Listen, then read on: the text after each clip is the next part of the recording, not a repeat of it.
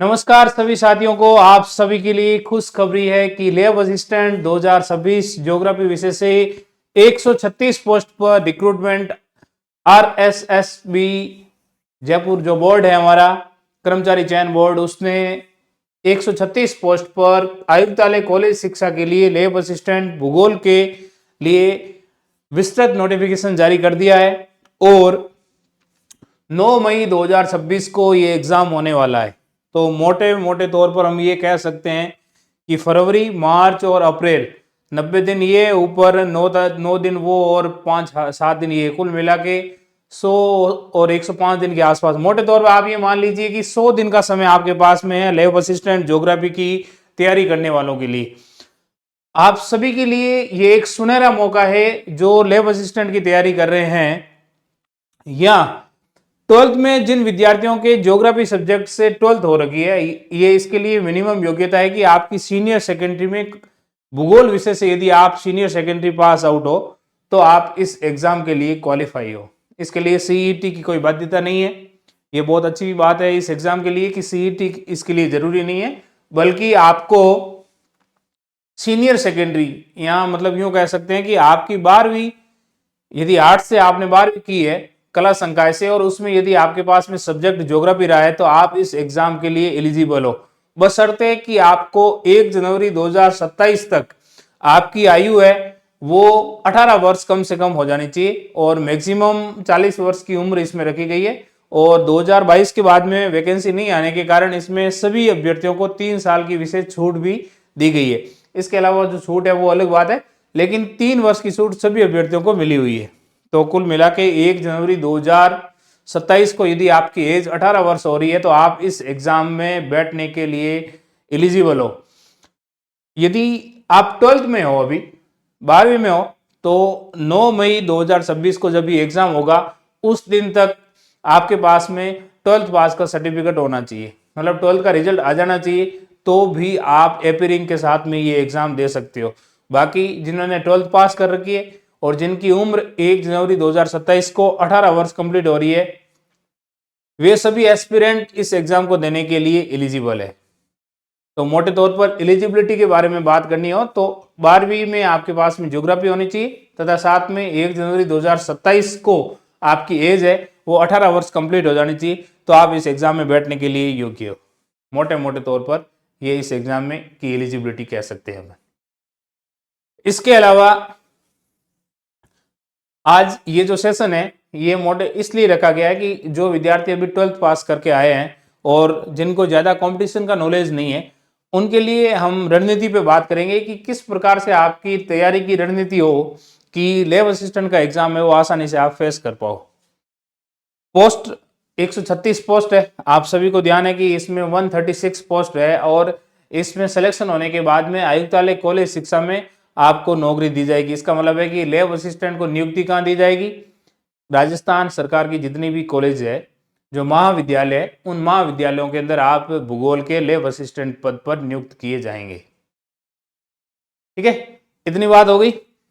अब बात करेंगे हम आगे सिलेबस की और एग्जाम की और, लेकिन मोटे तौर पर आपको 100 दिन के अंदर कुल मिला के ये सिलेबस कंप्लीट करना है। सिलेबस बहुत बड़ा है, जिसमें राजस्थान का हिस्ट्री, आर्ट एंड कल्चर के साथ में राजस्थान का कंप्लीट भूगोल, और इसके अलावा 66 टॉपिक है वो कोर ज्योग्राफी से लिए गए हैं।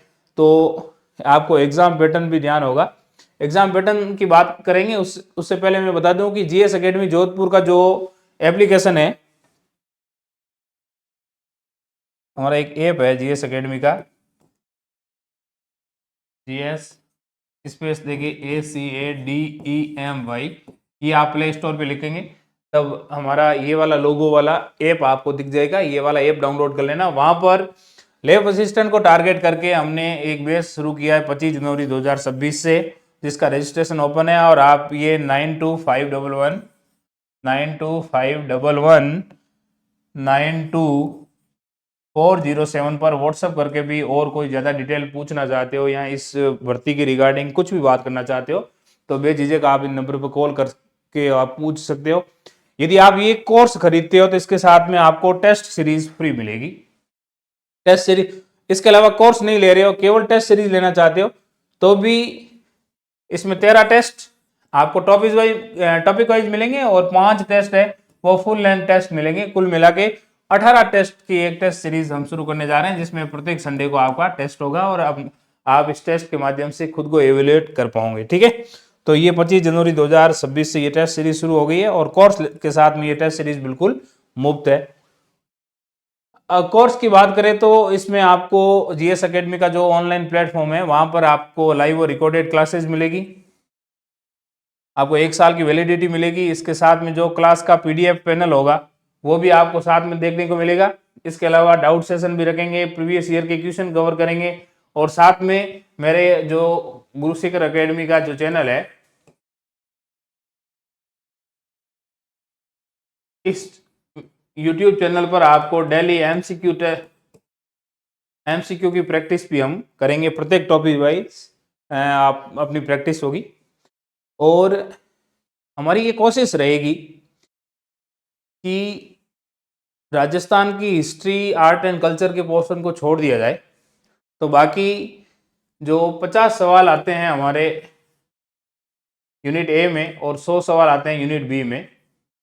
यूनिट ए में जो 50 सवाल आते हैं उसमें 25 आर्ट एंड कल्चर और हिस्ट्री वगैरह के आते हैं, 25 आते हैं राजस्थान की ज्योग्राफी के। और ये इसमें 66 टॉपिक है, ये आते हैं अपने कोर ज्योग्राफी के। तो ये वाला पोर्शन 100 नंबर ये और 25 नंबर ये, 125 नंबर की तैयारी तो मेरी तरफ से आपको बहुत बेहतरीन तरीके से करवा दी जाएगी। साथ में ये 25 है, ये इनकी कोशिश रहेगी कि भाई टेस्ट सीरीज के माध्यम से ये वाले टॉपिक है ये भी अच्छी तरह से कवर कर दिया जाए और टेस्ट सीरीज की जब हम व्याख्या करेंगे तब भी आपको मोटे तौर पे समझा देंगे। बाकी इसकी पीडीएफ भी आपको अवेलेबल करवा दूंगा। तो ये था हमारा। अब हम बात करेंगे कि हमारी स्ट्रेटजी क्या रहेगी तैयारी करने वाले विद्यार्थियों के लिए। लैब असिस्टेंट के लिए क्या स्ट्रेटजी सही रहेगी? Lab assistant exam 2026। ठीक है, अब हम सबसे पहले बात करते हैं कि इसमें पोस्ट कितनी है। तो पोस्ट मैंने पहले बता चुका हूं आपको कि इसमें 136 पोस्ट है। कितनी पोस्ट है? 136 पोस्ट पर ये वैकेंसी होने जा रही है। 12th पास विद्यार्थी और यदि 12th में ये सब्जेक्ट है आपके ज्योग्राफी, तो आप इस भर्ती के लिए एलिजिबल हो, मतलब ये एग्जाम दे सकते हो, इसके लिए आप योग्य हो। एग्जाम डेट कब है?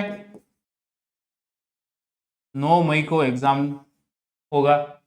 इसका मतलब मोटे तौर पर हम कह सकते हैं कि हमारे पास में आज से मोटे मोटे तौर पर 100 दिन है। यदि 5, 7, 10 दिन हम निकाल लें तो 100 दिन हमारे पास में रहते हैं इस एग्जाम की तैयारी के लिए। 100 दिनों में हमें किस प्रकार से अपनी तैयारी को बेहतर बनाना है, इसकी बात हम आज इस वीडियो के माध्यम से करेंगे। अब एग्जाम फॉर्म कब से भरे जाएंगे, तो ये भी बता दिया जाएगा आपको कि एग्जाम फॉर्म है वो 27 जनवरी से एग्जाम फॉर्म भरने शुरू होंगे। कब से? 27 जनवरी को एग्जाम फॉर्म भरने शुरू होंगे और 25 फरवरी तक ये एग्जाम फॉर्म भरे जाएंगे। 25 फरवरी तक तो आप समय रहते एग्जाम फॉर्म भर देना। जिन्होंने अभी 12th पास की है और अभी कंपटीशन देने का कोई इरादा नहीं है, मेरी एक आपको राय है कि एग्जाम का अनुभव भी हो जाएगा। यदि आपकी तैयारी अच्छी हुई और आपका लक अच्छा हुआ तो सिलेक्शन भी हो गया तो भी और बेहतर है। इसलिए आप ये एग्जाम फॉर्म जरूर भर देना। जिनके 12th में ज्योग्राफी है ये वाला एग्जाम आप श्योर भर देना। यदि आपकी उम्र 1/1/2027 को 18 वर्ष कंप्लीट हो रही है तो वे सभी विद्यार्थी इस एग्जाम में बैठने के लिए एलिजिबल है। ठीक है, तो ये एग्जाम कब होगा, कितनी पोस्टों पे हो रहा है और इसमें जो व्यक्ति सेलेक्ट होगा वो आयुक्तालय,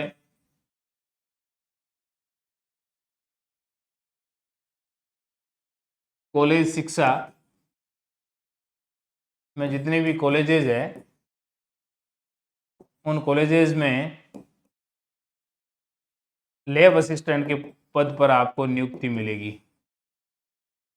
लैब असिस्टेंट कौन सा? ज्योग्राफी का, ठीक है। और पे स्केल में देखें तो ये L8 की भर्ती है। कौन से की है? L8 की वैकेंसी है, ठीक है। अब हम बात करेंगे कि एग्जाम पैटर्न क्या रहेगा। तो इस एग्जाम में कुल 300 अंक का एग्जाम होगा। कितने मार्क्स का एग्जाम होगा? 300 मार्क्स का एग्जाम है ये। 3 घंटे का पेपर होगा। 3 आवर्स के अंदर आपको ये एग्जाम कंप्लीट करना है। क्वेश्चन रहेंगे आपके 150 सवाल। कितने क्वेश्चन है? 150 क्वेश्चन रहेंगे। 150 क्वेश्चन 3 घंटे में करने, इसका मतलब है कि 1 घंटे में आपको 50 क्वेश्चन करने हैं। मोटे तौर पर हम कह सकते हैं कि हर 1 मिनट में आपको एक सवाल कंप्लीट करना है, ठीक है। कितनी बात हो गई?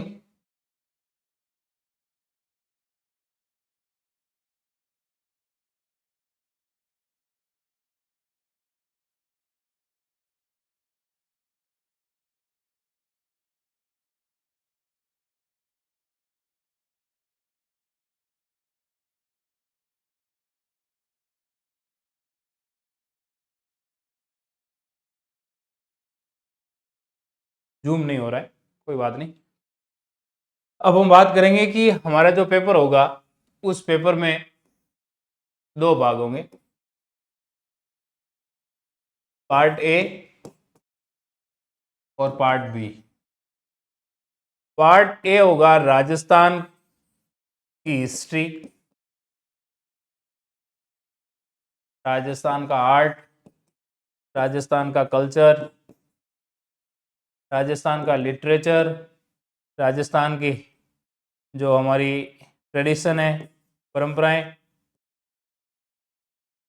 ट्रेडिशन, हेरिटेज, ठीक है। कुल मिला के राजस्थान की हिस्ट्री और आर्ट एंड कल्चर ये पार्ट ए के अंदर है, प्लस राजस्थान की ज्योग्राफी। इसका मतलब 25 सवाल आपको राजस्थान की ज्योग्राफी से पूछे जाएंगे और 25 सवाल राजस्थान की हिस्ट्री और आर्ट एंड कल्चर से पूछे जाएंगे। कुल मिला के 50 नंबर का ये और 50 का ये, कुल मिला के 100 नंबर का ये पोर्शन हो जाएगा हमारा पहला, जो राजस्थान की इस राजस्थान का जीके कह सकते हैं, जिसको राजस्थान की हिस्ट्री और राजस्थान की ज्योग्राफी ये 2 इसमें शामिल किया गया है। जबकि जो भाग बी है हमारे, ये भाग बी, इस भाग बी के अंदर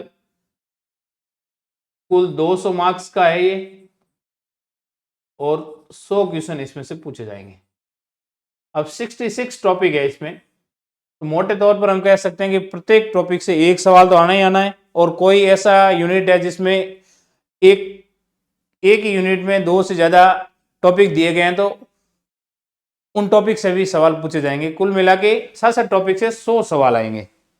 इसका मतलब है कि हर टॉपिक से वो सवाल पूछना ही पूछना है। और प्रीवियस ईयर का पेपर देखोगे तो सिलेबस के प्रत्येक टॉपिक से सवाल पूछा गया है, ठीक है। अब देखो राजस्थान का जो सिलेबस है उसमें राजस्थान के इतिहास के प्रमुख स्रोत, राजस्थान की प्रमुख प्रागैतिहासिक सभ्यताएं, राजस्थान के प्रमुख राजवंश, मुगल राजपूत संबंध, स्थापत्य कला में किले, स्मारक संरचना, धार्मिक आंदोलन, लोक देवी देवता, चित्रकला शैली, हस्तशिल्प, भाषा और साहित्य की प्रमुख कृतियां, क्षेत्रीय बोलियां, मेले त्योहार, लोक संगीत, लोक नृत्य, वाद्य यंत्र, आभूषण, राजस्थान की संस्कृति परंपरा और विरासत, ऐतिहासिक टूरिज्म प्लेस, प्रमुख व्यक्तित्व, राजस्थान की रियासतें और ब्रिटिश संधियां, 1857 का जन आंदोलन, कृषक और जनजाति आंदोलन, प्रजामंडल आंदोलन, राजस्थान का एकीकरण और जन जागरण और महिलाओं के विशेष संदर्भ में। देखो ये जितने टॉपिक लिए गए ना, ये माध्यमिक शिक्षा बोर्ड BSER की 9th, 10th, 11th और 12th में जो पहले राजस्थान का सामान्य अध्ययन किताब चलती थी, राजस्थान अध्ययन, उनमें ये सारे टॉपिक दिए गए। इसके अलावा हिंदी ग्रंथ अकादमी की जो किताब आती है राजस्थान की हिस्ट्री और आर्ट एंड कल्चर की, उसमें भी ये सारे टॉपिक मिल जाएंगे। आप सोर्सेस सीमित रखना, मोटे तौर पे एक तो माध्यमिक शिक्षा बोर्ड की किताबों के अंदर जहां कहीं पर भी ये टॉपिक आपको दिख जाए तो वो किताब जरूर पढ़ना है और उस किताब का वो टॉपिक जरूर पढ़ना है जो आपके सिलेबस में दिया हुआ है। माध्यमिक शिक्षा बोर्ड की राजस्थान अध्ययन की जहां पर भी आपको किताब की हार्ड कॉपी मिल जाए वो किताब ले आना, वहां से ये राजस्थान की हिस्ट्री और आर्ट एंड कल्चर का पोर्शन जरूर करना। इसके बाद में आते हैं राजस्थान का भूगोल। राजस्थान की ज्योग्राफी के अंदर राजस्थान की स्थिति और विस्तार, मुख्य भौतिक विभाग में मरुस्थलीय प्रदेश, अरावली, मैदानी प्रदेश और पठारी प्रदेश, अपवा तंत्र के अलावा जलवायु, मृदा, प्राकृतिक वनस्पति, वन और वन्य जीव संरक्षण, पर्यावरणीय और पारिस्थितिकी मुद्दे, मरुस्थलीकरण, कृषि जलवायु प्रदेश, प्रमुख फसलें, पशुधन, बहुउद्देशीय परियोजनाएं, सिंचाई परियोजना, जल संरक्षण, परिवहन और खनिज संपदाएं। ठीक है, ये सारे टॉपिक आपको राजस्थान की ज्योग्राफी वाले पोर्शन में देखने को मिलेंगे। और ये टॉपिक कवर कहाँ करने हैं? एक तो माध्यमिक शिक्षा बोर्ड की किताब के अंदर आपको ये टॉपिक मिल जाएंगे। इसके अलावा हरिमोहन सक्सेना की जो राजस्थान भूगोल की जो किताब आती है वो वाली किताब भी जरूर ले आना, उसमें से भी पढ़ना है। राजस्थान की ज्योग्राफी को और राजस्थान की आर्ट एंड कल्चर सिलेक्शन में ये 50 सवाल जो 100 नंबर के हैं इनकी बहुत महत्वपूर्ण भूमिका रहेगी। इसलिए क्योंकि 200 नंबर की ज्योग्राफी और 100 नंबर का ये कुल मिला के 33% भाग किसका है? इनका, और 66% ज्योग्राफी का, कोर ज्योग्राफी का। ठीक है ना, इसमें भी 33 में से अपन 16% निकाल दें राजस्थान का भूगोल, तो 16 इसमें जोड़ दें, लगभग 80 से 85% भाग ज्योग्राफी का है। 15-16% भाग है वो किसका है? राजस्थान की हिस्ट्री और आर्ट एंड कल्चर का है। तो 16% भी बहुत मायने रखता है, इसलिए राजस्थान की हिस्ट्री और आर्ट एंड कल्चर का पोर्शन भी बहुत मजबूती से आपको कंप्लीट करना है। उसके लिए प्रिपेयर रहना है। माध्यमिक शिक्षा बोर्ड की किताबों में जहां कहीं भी राजस्थान की हिस्ट्री का पोर्शन है, 6ठी क्लास से लेकर 12th क्लास की किताबें देख लेना हिस्ट्री की और राजस्थान अध्ययन की, जहां कहीं पर भी ये टॉपिक आपको मिल जाए वो वाली किताब जरूर पढ़ना है, उसके नोट्स बनाने हैं खुद के। ठीक है ना, और कोशिश करना कि उसमें से कौन कौन से क्वेश्चन बन सकते हैं उसकी भी प्रैक्टिस आप कर लें। ओके, राजस्थान की ज्योग्राफी में मैंने कहा माध्यमिक शिक्षा बोर्ड की किताब प्लस लेटेस्ट डेटा के लिए इकोनॉमिक सर्वे आएगा अभी, वहां पर आपको वन्य जीवन और एग्रीकल्चर के डेटा है, पशुधन के डेटा है, बहुउद्देशीय परियोजना, सिंचाई परियोजना, परिवहन, खनिज संपदा, इन सब के लेटेस्ट डेटा भी इकोनॉमिक सर्वे में भी मिल जाएंगे। तो इकोनॉमिक सर्वे का पोर्शन भी हमें देखना है इसकी तैयारी के लिए। अब हम बात करेंगे राजस्थान की जो कोर ज्योग्राफी का दूसरा पोर्शन है, जहां से 200 नंबर के सवाल पूछे जाएंगे, 100 सवाल आएंगे।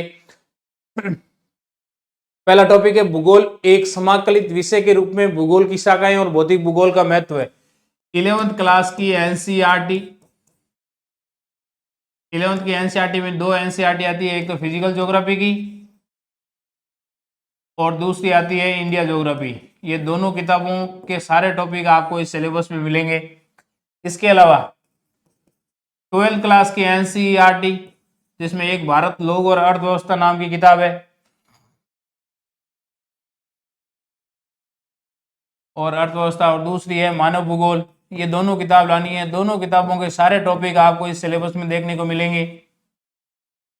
इसके अलावा देखो इसमें पृथ्वी की उत्पत्ति, विकास, पृथ्वी की आंतरिक संरचना, महासागरों और महाद्वीपों का वितरण, शैलें जिनको रॉक्स बोलते हैं, भूआकृतिक प्रक्रिया, स्थल रूप और उनका विकास, ये 7 टॉपिक है।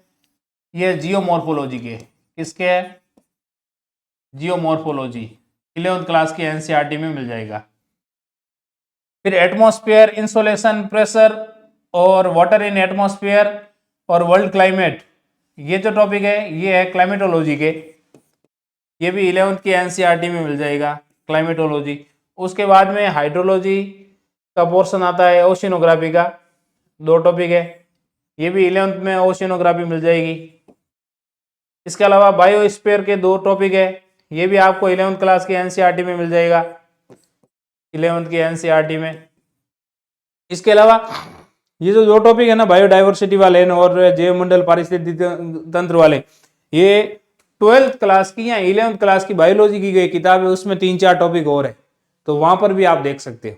ठीक है, फिर आता है 17 नंबर टॉपिक से इंडिया का पोर्शन, इंडिया ज्योग्राफी का पोर्शन। तो यहां से लेकर और हिमालय और प्रायद्वीपीय भारत के अपवा तंत्र है, जलवायु है, वन और मृदा, आपदाएं, 23 नंबर टॉपिक तक ये है इंडिया ज्योग्राफी। इंडिया ज्योग्राफी ये 11th क्लास की भारत का भूगोल वाली किताब है, उसमें मिल जाएंगे। ठीक है, इसके अलावा भारत की भूगोल के लिए एक कोई ना कोई रेफरेंस बुक है, जैसे आर.सी. तिवारी की आप किताब पढ़ सकते हो, माजिद हुसैन की किताब पढ़ सकते हो, खुल्लर साहब की किताब पढ़ सकते हो, सविंदर सिंह ने एक भारत का भूगोल नई किताब निकाली है, वो किताब पढ़ सकते हो। तो एक रेफरेंस बुक भी पढ़नी है, साथ में एनसीईआरटी भी पढ़नी है। फिर 24 नंबर टॉपिक 25, 26, 27, 28, 29, 30 और 31 ये वाले टॉपिक है ना, ये सिलेक्शन के मुख्य टॉपिक है, जहां से आपका सिलेक्शन डिसाइड होगा, और वो है कार्टोग्राफी। कौन सा पोर्शन है ये? कार्टोग्राफी, मानचित्र कला के टॉपिक है।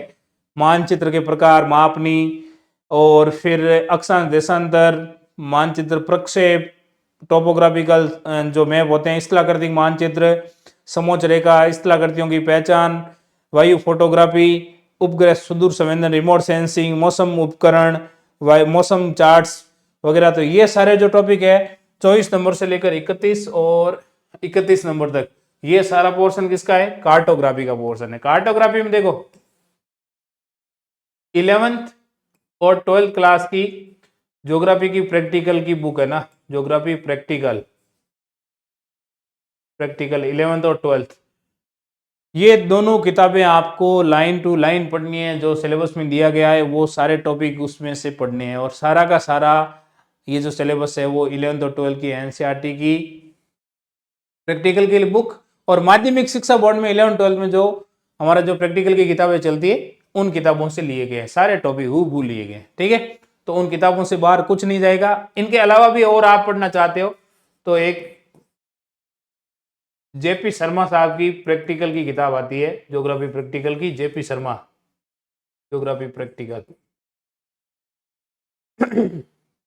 ये वाली किताब भी पढ़ सकते हो यदि और आपको समय मिलता है, और ज्यादा डीप में पढ़ना चाहते हो तो जेपी शर्मा की ज्योग्राफी प्रैक्टिकल की किताब भी पढ़ सकते हो। इसके बाद में हम चलते हैं आगे। तो ये 32 नंबर से लेकर मानव भूगोल, फिर जनजातियां, फिर जनसंख्या, जनसंख्या वृद्धि, जनसंख्या संरचना, प्रवास, मानव विकास, अधिवास, नगर कच्ची बस्ती, प्राथमिक व्यवसाय, द्वितीयक व्यवसाय, तृतीयक व्यवसाय, भूतल परिवहन, जल परिवहन, वायु परिवहन, अंतरराष्ट्रीय व्यापार, आधुनिक जनसंचार के उपकरण, पर्यावरणीय समस्याएं और वैश्विक पर्यावरणीय सम्मेलन, ये दो टॉपिक छोड़ दो। 32 से लेकर 48 तक ये 12th क्लास की जो बुक है मानव भूगोल,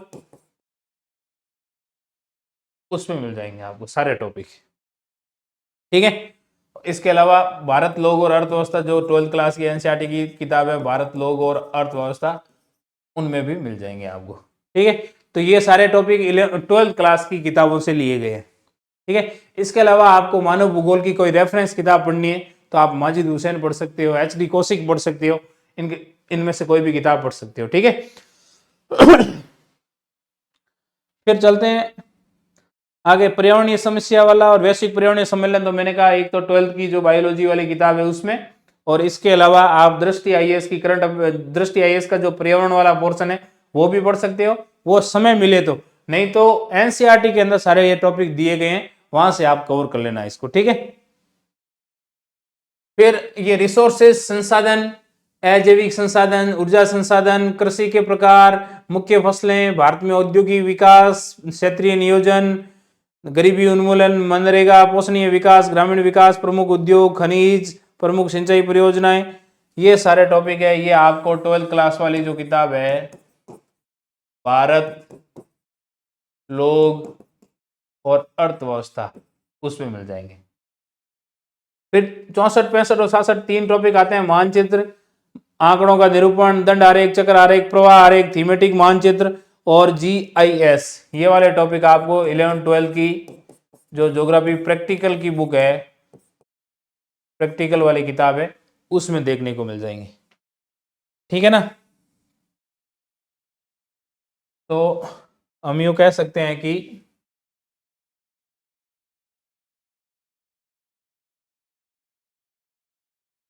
ये जितने सारे टॉपिक अभी हमने डिस्कस किए, जिसमें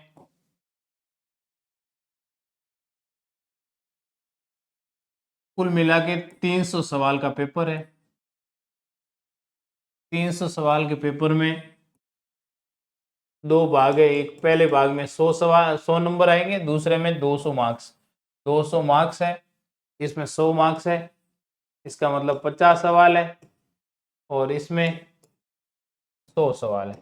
ये तो कोर ज्योग्राफी का पोर्शन है। इसमें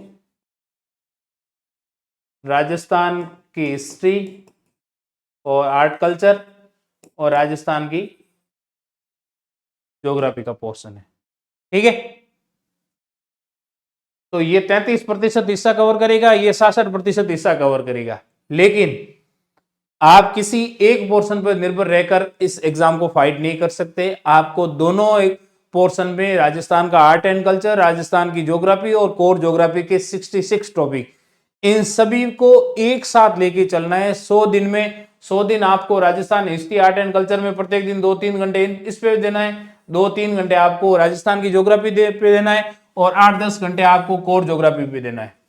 ये दोनों भाग आप यदि पैरेलल साथ में लेके चलेंगे तभी जाके हम एग्जाम फाइट करने की स्थिति में रहेंगे।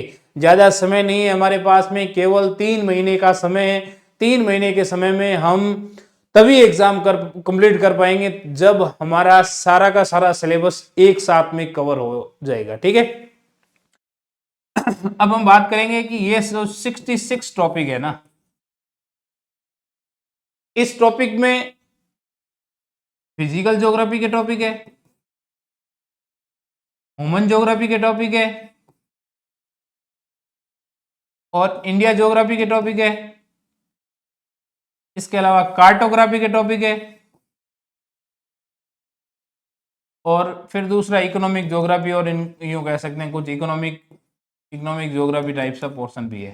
ठीक है ना, तो आपको इस 66 टॉपिक को आप इन कैटेगरी के अंदर बांट देना।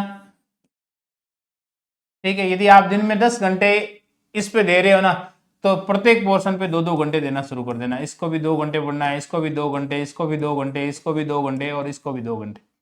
इससे एक फायदा ये होगा कि आप एक ही टॉपिक से बोर नहीं होंगे, क्योंकि आपको 2 घंटे फिजिकल ज्योग्राफी पढ़ा, फिजिकल ज्योग्राफी से बोर हो गए तो आप कार्टोग्राफी पढ़ना शुरू कर लिया, कार्टोग्राफी से बोर हो गए तो आप इंडिया ज्योग्राफी पढ़ना शुरू कर लिया, इंडिया ज्योग्राफी से बोर हो गए तो ह्यूमन ज्योग्राफी पढ़ना शुरू कर लिया, ह्यूमन ज्योग्राफी से बोर हो गए तो इकोनॉमिक ज्योग्राफी पढ़ना शुरू कर लिया। इससे एक फायदा ये होगा कि सिलेबस भी जल्दी कंप्लीट होगा। सभी सिलेबस के सारे पोर्शन एक साथ आप लेके कवर करोगे। ठीक है, और यदि आप केवल फिजिकल से शुरू कर रहे हो, 2 महीना आपको लगा कि भाई हमने केवल फिजिकल ही नहीं हुआ, 2 महीने तक फिजिकल ज्योग्राफी आप कंप्लीट नहीं हुई, तो फिर 1 महीने में ये कंप्लीट कर पाना मुश्किल होगा। और उसमें भी कार्टोग्राफी जैसा थोड़ा टेक्निक टाइप सा टॉपिक है, तो शुरुआत आप कार्टोग्राफी से करना। इस कार्टोग्राफी वाले पोर्शन ये सिलेक्शन दिलाने वाला टॉपिक है, तो कार्टोग्राफी के 8, 10, 12 जितने भी टॉपिक है, उन टॉपिक को अभी से 2-2 घंटे समय देना शुरू कर देना, तब जाकर एग्जाम तक जाकर आपको कार्टोग्राफी समझ में आएगी। क्योंकि कार्टोग्राफी वैसे ऐसा टॉपिक है कि जब तक आप फील्ड में उसकी एक्चुअल प्रैक्टिस नहीं करेंगे तब तक आपके जहन में नहीं बैठेगा। इसलिए आपको डेली थोड़ा थोड़ा समय दोगे तब जाके कार्टोग्राफी लास्ट में आप उस कार्टोग्राफी के अनुकूल हो पाओगे। ठीक है ना, बाकी India geography, human geography, physical geography, ये वाले पोर्शन तो आपने बहुत बार पढ़े ही होंगे, 11th क्लास में पढ़ा है, 12th क्लास में भी पढ़ा है। इसके बाद में यदि आपने ग्रेजुएशन कर रखी है या ग्रेजुएशन कर रहे हो तो भी आपने ये टॉपिक बहुत बार पढ़ा है। लेकिन उसमें भी प्रैक्टिकल पे लोग कम ध्यान देते हैं, पढ़ाते समय भी स्कूल में भी कार्टोग्राफी पे कम ध्यान दिया जाए, कॉलेज में भी कम ध्यान दिया जाए। तो ये वाला ऐसा पोर्शन है कार्टोग्राफी का जिससे आप भयभीत होते हो, जिसके ज्यादा अनुकूल नहीं हो। और 12-13 टॉपिक है, और यूं समझो आप कम से कम 15-20 सवाल यहाँ से पूछे जाएंगे। 20 सवाल मतलब 40 नंबर, 300 में 40 नंबर आपके बहुत महत्वपूर्ण होते हैं और सिलेक्शन दिलाने वाले होते हैं। जिसका सिलेक्शन नहीं होगा और जिसका सिलेक्शन होगा, लास्ट में देखना कि कार्टोग्राफी वाला पोर्शन ही उनको लगेगा कि यार यहाँ से 5 सवाल और सही हो जाते तो मेरा सिलेक्शन हो जाता। ऐसी स्थिति नहीं हो, इसलिए कार्टोग्राफी वाले पोर्शन पे बहुत अधिक ध्यान देना है। मेरा YouTube चैनल पर MCQ प्रैक्टिस चल रही है, उसमें भी मैंने कार्टोग्राफी वाले पोर्शन से सबसे पहले शुरुआत करवाई, क्योंकि स्टूडेंट इस वाले पोर्शन से बहुत ज्यादा भयभीत रहते हैं, बहुत ज्यादा डरते हैं। इसलिए कार्टोग्राफी को बहुत यूं चुटकी में आना चाहिए, इस प्रकार की प्रैक्टिस हो जानी चाहिए आपकी कार्टोग्राफी की। बाकी इंडिया ज्योग्राफी आपने दूसरे एग्जाम की तैयारी की होगी, वहां पर भी इंडिया ज्योग्राफी मिल जाएगी, ह्यूमन ज्योग्राफी। 66 टॉपिक है, इतने ज्यादा टॉपिक तो स्कूल लेक्चरर वाले सिलेबस में भी आपको नहीं देखने को मिलेंगे, जितने ज्यादा टॉपिक पूरी 11th और 12th की टॉपिक वाइज सारे टॉपिक डाल दिया उन्होंने, ठीक है। अब सवाल बनाने वाले पे डिपेंड करेगा कि वो उन सवालों पे उस टॉपिक में कितनी गहराई में जाता है, ठीक है ना। यदि गहराई में नहीं गया और 11th 12th तक ही रहा तब तो ठीक है, मामला हैंडल हो जाएगा, नहीं तो इसमें अथाह सागर है ज्योग्राफी का, कितना भी पढ़ते जाओ कवर नहीं हो पाएगा, ठीक है, क्योंकि समय हमारे पास में बहुत ज्यादा कम है, केवल 100 दिन का समय है। इसलिए जीके वाला जो पोर्शन है 100 मार्क्स का और कोर ज्योग्राफी का, इन दोनों को साथ में लेके चलना। आप यूं नहीं कि पहले मैं ज्योग्राफी कंप्लीट करूंगा और 2 महीने बाद में देखूंगा, महीना भर इसको दे दूंगा, ऐसा कतई मत करना, क्योंकि 100 नंबर है, 33% ये एरिया कवर करेगा पहला वाला जो 100 नंबर वाला, ठीक है। और ये वाला जो पोर्शन है ये भी 66 है, यूं नहीं कि पहले ये टॉपिक कवर कर दूं और उसके बाद में मैं ये ज्योग्राफी पढ़ना शुरू करूं, ऐसी भूल भी मत करना, दोनों वाला पोर्शन साथ में पढ़ना है, ठीक है। राजस्थान ज्योग्राफी को भी आपको डेली समय देना है, हिस्ट्री कल्चर को भी डेली, एक टॉपिक इसका पढ़ लिया डेली, एक टॉपिक इसका पढ़ लिया, एक टॉपिक फिर फिजिकल का पढ़ लिया, एक ह्यूमन ज्योग्राफी का पढ़ लिया, एक इंडिया ज्योग्राफी का पढ़ लिया, एक कार्टोग्राफी का और एक इकोनॉमिक ज्योग्राफी का। इस प्रकार कम से कम 7-8 घंटे तो पढ़ोगे आप, तो ये तैयारी करनी है तो 14-15 घंटे पढ़ना पड़ेगा, लेकिन फिर भी मैं मान लेता हूँ 10 घंटे पढ़े आप, तो 10 घंटे में 2 घंटा इसको दे दिया आपने, 2 घंटे इसको दे दिए, 4 घंटे तो इधर हो गए, फिर कितना है 10 घंटे पढ़े, 6 घंटे इधर मिल गए आपको, तो भाई 1 घंटा इसको दिया, 1 घंटा इसको, एक एक एक यूं कर भी 5 घंटे यूं हो जाते हैं आपके, ठीक है ना।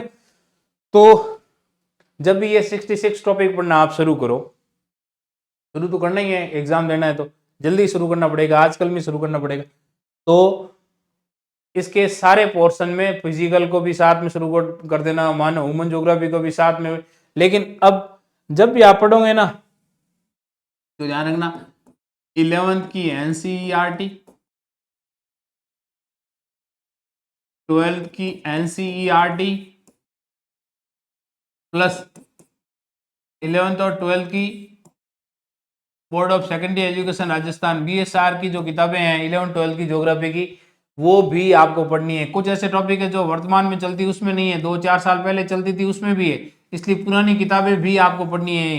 कहीं से नहीं मिले तो नेट पे मिल जाएगी, और वहां नहीं मिले तो मैं आपको टेलीग्राम ग्रुप में दे दूंगा, और मेरे टेलीग्राम चैनल का लिंक है वो इस वीडियो में दिया गया है नीचे, तो वहां पर आपको डिस्क्रिप्शन बॉक्स में जाके टेलीग्राम चैनल ज्वाइन कर लेना, वहां पर भी आपको मैं ये किताबें अवेलेबल करवा दूंगा। उसके अलावा GS अकेडमी का जो ऐप है वहां पर, उस ऐप पर भी मैं ये किताबें की सॉफ्ट कॉपी है वो अवेलेबल करवा दूंगा, ठीक है। लेकिन कोशिश करना कि इनकी हार्ड कॉपी आपको मिल जाए, तो हार्ड कॉपी पढ़ना बेहतर है। अब पढ़ोगे कैसे कि आपने सिलेबस लिया, फिजिकल ज्योग्राफी का एक टॉपिक उठाया, ठीक है, अब वो पता करना है कि वो एनसीईआरटी की कौन सी किताब में 11th, जैसे 11th क्लास का पहला चैप्टर है और इस सिलेबस का भी पहला चैप्टर है, तो आपको उस पहले चैप्टर को पहले पढ़ना है, एक बार रीडिंग करनी है उसकी, सेकंड बार आप रीडिंग करने के बाद में एक बार पेपर उठाना पुराना, पेपर में देखना कि किस प्रकार के सवाल आते हैं, ठीक है। उसके बाद में आपको सेकंड रीडिंग के अंदर खुद के नोट्स बनाने हैं। यदि आप मेरा ये कोर्स ज्वाइन करते हो तो वहाँ पर मैं ये सारे जो नोट्स की PDF है वो भी अवेलेबल करवा दूंगा।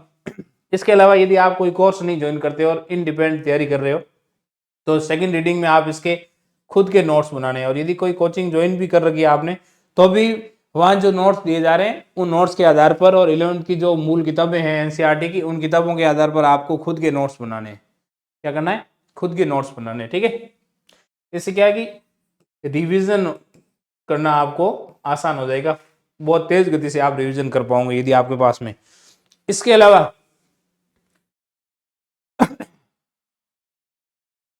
देखो मैंने अभी देखी नहीं है संजीव पासबुक वगैरह नहीं है, 11 12 की जो पासबुक आती है ना, उन पासबुक में भी MCQ सवाल दिए होते हैं, कोशिश करना वो सारे सवाल, और MCQ की UPSC की तैयारी करने के हिसाब से मार्केट के अंदर बहुत सारी ऐसी किताबें होगी जो NCERT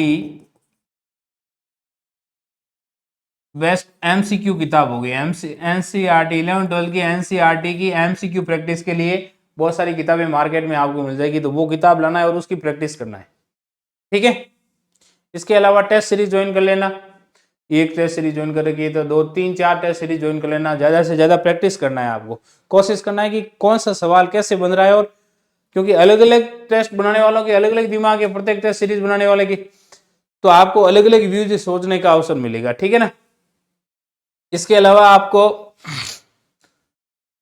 रेफरेंस बुक में राजस्थान ज्योग्राफी के लिए आप हरिमोहन सक्सेना की किताब देख लेना, जो हिंदी ग्रंथ अकादमी की आती है। राजस्थान आर्ट एंड कल्चर के लिए और हिस्ट्री के लिए भी हिंदी ग्रंथ अकादमी की जो किताब आती है वो वाली किताब, प्लस 9, 10, 11, 12 और 6 से लेकर 8वीं तक, यहाँ कहीं पर भी आपको राजस्थान की हिस्ट्री, राजस्थान की ज्योग्राफी, राजस्थान का आर्ट एंड कल्चर का जो पोर्शन आपको 6 से लेकर 12वीं तक की राजस्थान की हिस्ट्री और राजस्थान के सामान्य अध्ययन की किसी भी माध्यमिक शिक्षा बोर्ड की किताब में जो टॉपिक मिल जाए, तो वो किताब की या तो फोटोकॉपी करवा लेना या वो किताब खरीद लेना और उसके खुद के नोट्स बनाना। लाइन टू लाइन आपको याद करना है, कि कोशिश करना कि इस लाइन से क्या सवाल बन सकता है।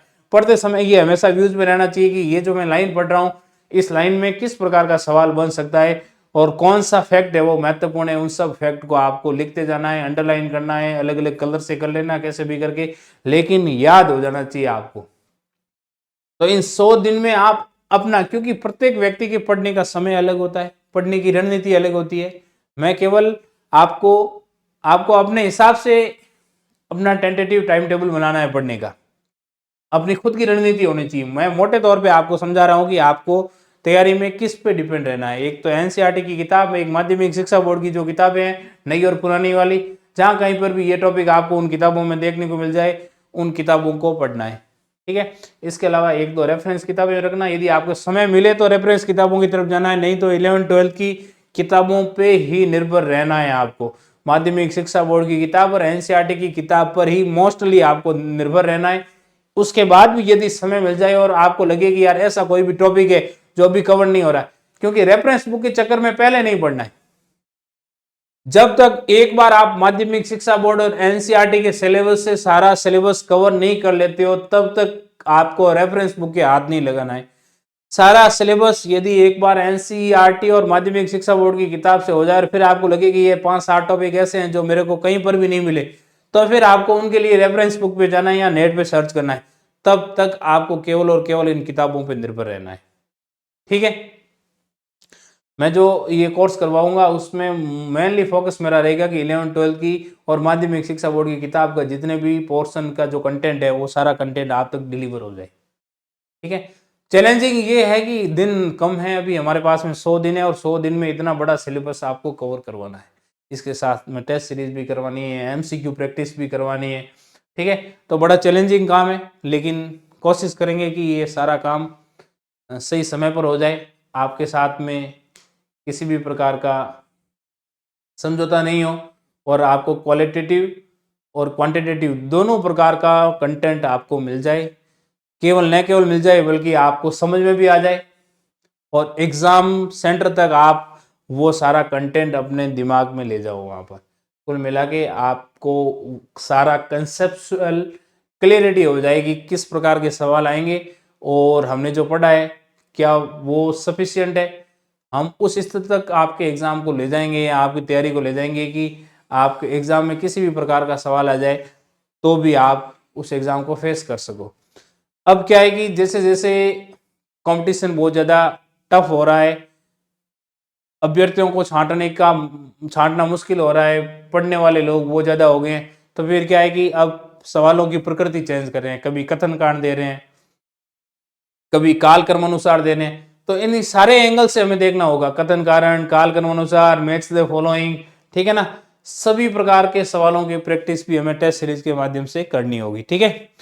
तो ये आपका मेनली सोर्स रहेगा। इसके अलावा जो ज्योग्राफी जहाँ जहाँ पर आपको लगे कि जैसे राजस्थान ज्योग्राफी का पोर्शन है, इंडिया ज्योग्राफी का, उसकी मैप प्रैक्टिस भी कर लेना, ठीक है। कौन सा स्थान मैप से क्या है कि ज़्यादा समय तक याद रहेगा।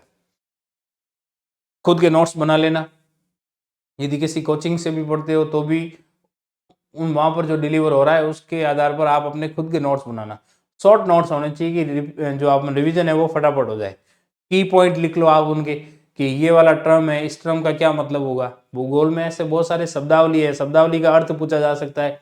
कोई टर्म किसी ने दी है जैसे, ठीक है ना, जैसे आधार तल की संकल्पना किसे दी, किसने दी, प्लेट टेक्टोनिक थ्योरी किसने दी, प्लेट शब्द का प्रयोग सबसे पहले किसने किया, ठीक है ना, मौसम शब्द किस भाषा से बना हुआ है। तो इस प्रकार जो टर्मिनोलॉजी है, एक उस टर्मिनोलॉजी पे ज़्यादा फोकस करना है। एक कोई सिद्धांत दिया गया है तो वो सिद्धांत किससे संबंधित है और किसने दिया, ठीक है। एक किताबों के नाम ध्यान होना चाहिए कि इस किताब के लेखक कौन है। इसके अलावा आपको सन उनके याद होना चाहिए कि कौन सा सिद्धांत कब प्रतिपादित हुआ, उसका क्रम वगैरह, ठीक है। इसके अलावा आपको धाराएं, भूकंप कब कब आए, ज्वालामुखी के नाम वगैरह, प्लेटों के नाम वगैरह, ठीक है। इस प्रकार पढ़ेंगे तब आपको समझ में आ जाएगा। लेकिन ये सारी टर्मिनोलॉजी, सिद्धांत, बुक, कंसेप्ट, ठीक है, इन सब के नोट्स बनाते जाना, अलग से लिखते जाना, ठीक है ना। आप कार्टोग्राफी पढ़ोगे तो कार्टोग्राफी के अंदर बहुत सारे उपकरण सवालों में पूछे जा सकते हैं। तो उस उपकरण की विशेषता क्या है, उपकरण किस उपकरण की निर्माण कैसे होता है, ठीक है, प्रक्षेपों का निर्माण कैसे होता है, प्रक्षेपों की उपयोगिता कैसी है, मानचित्र कितने प्रकार का होता है, मान आरएफ क्या होता है, मापनी क्या होती है। ये सारी चीज़ों पर आपको एक साथ तैयारी करनी है, तब जाकर लैब असिस्टेंट एग्जाम देने लायक होंगे और एग्जाम फाइट करने की स्थिति में होंगे। तो जो भी विद्यार्थी लैब असिस्टेंट की तैयारी कर रहे हैं उनको मेरी तरफ से बेस्ट ऑफ लक। आप अपनी रणनीति बना लेना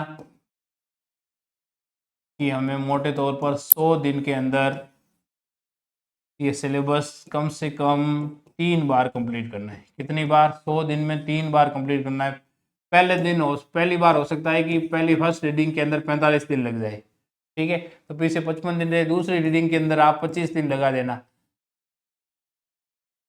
ठीक है, तीसरी रीडिंग में वापस 15 दिन लगा देना, फिर और 15 दिन है। इस प्रकार से आप अपने हिसाब से देख लेना कि अपनी क्षमता के आधार पर, लेकिन कम से कम 3 बार तो ये सिलेबस आपको करना ही।